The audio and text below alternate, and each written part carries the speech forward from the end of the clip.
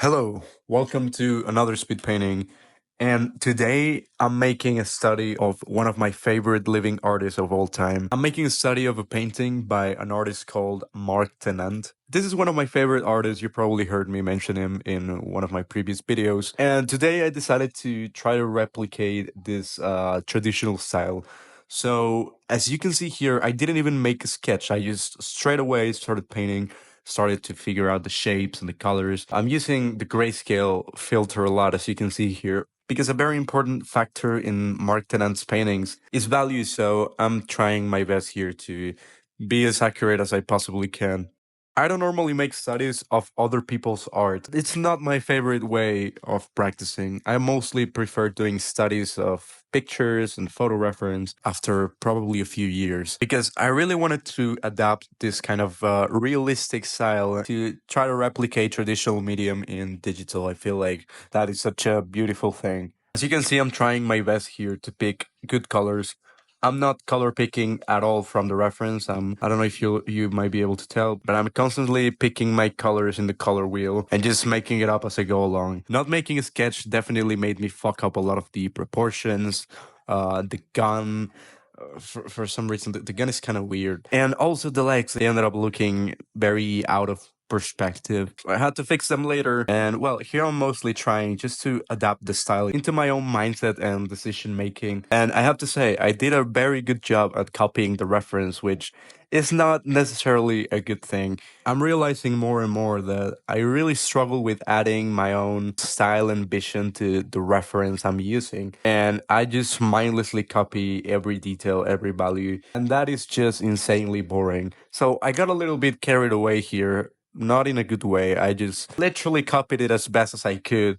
And for the sake of studying, this is probably okay. Again, it's been a long while since I make a study of any artist. And I'm always kind of afraid to deviate from what is already established and the decisions the artist made because I feel like I'm gonna mess up most of the time. But anyways, I really recommend you doing a lot of studies like this because this is the way you develop your own art style.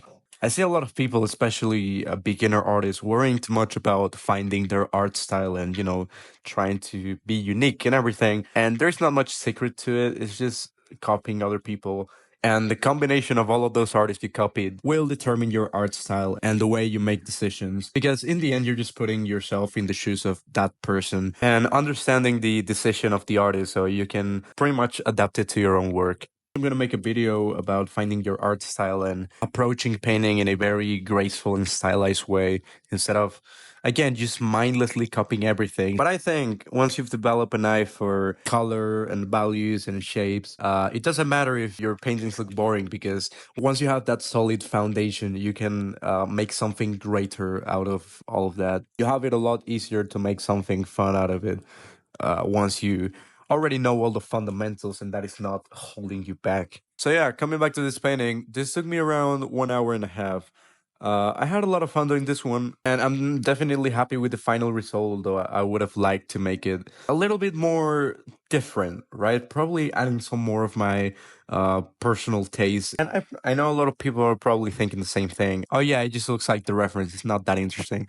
But that is also not the goal either, to make it super fun or super interesting, but rather just to learn. And, it's also important to understand not every single piece of art has to be great or has to be super interesting. You can just make art for the sake of studying or having fun, and it doesn't have to be a masterpiece. If there is one piece of advice I could give you is to still like an artist. Don't just mindlessly copy something for the sake of it. Try to understand why you're taking every decision and also compare those decisions to the artist you're studying. That is going to be very helpful.